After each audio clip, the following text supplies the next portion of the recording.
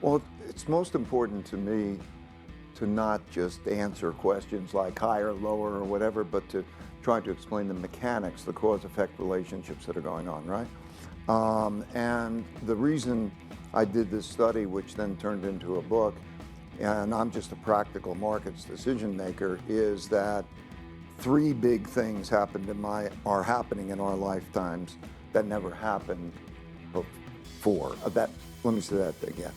Three things that surprise us that haven't happened in our lifetimes, but happened many times through history, are the creation of an enormous amount of debt and debt monetization. The second is the internal conflict, the large wealth gaps and the internal conflict that makes the politics of populism and so on. And the third is the great power conflict, comparable powers, the United States and China, and the possibilities of war. But back to your question in terms of the mechanics, there are very basic, simple things.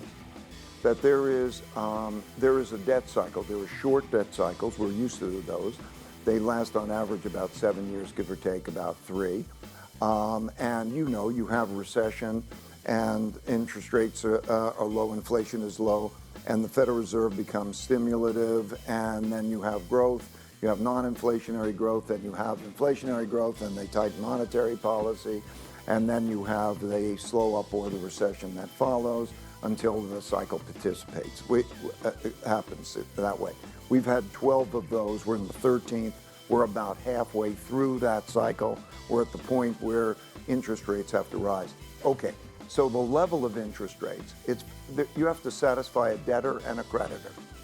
And so that means interest rates have to be high enough that the creditor gets a real return, higher than their money. And if you don't do that, you create the cycle that we have before, where money is essentially free, interest rates are nil, or in some case negative, and you have a situation where you don't have to pay principal, so money was essentially free.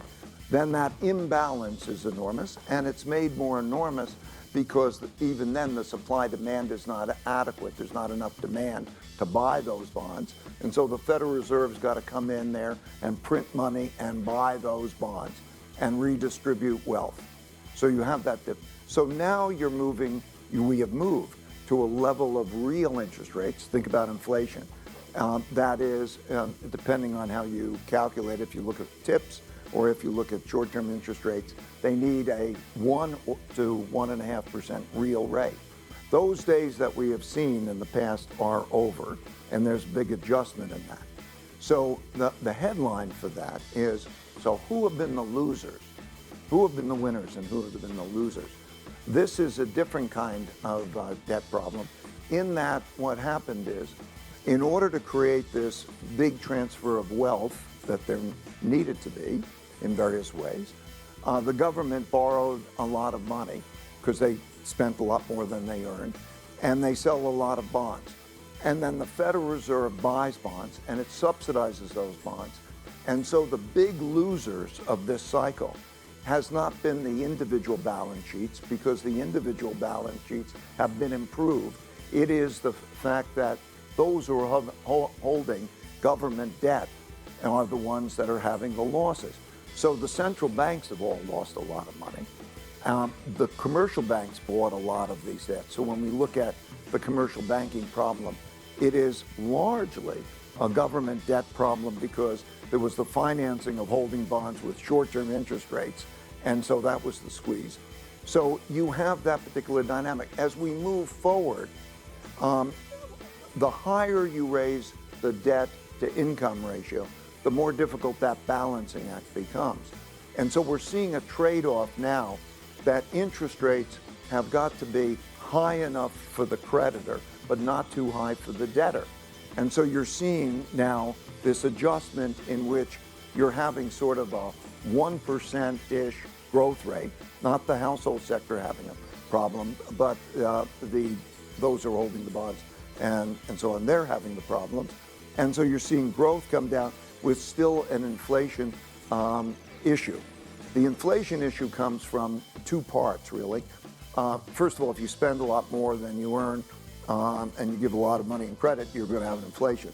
but it also comes from the supply-demand of bonds. So if you look at who's benefiting in this, the household sector, the workers, are benefiting.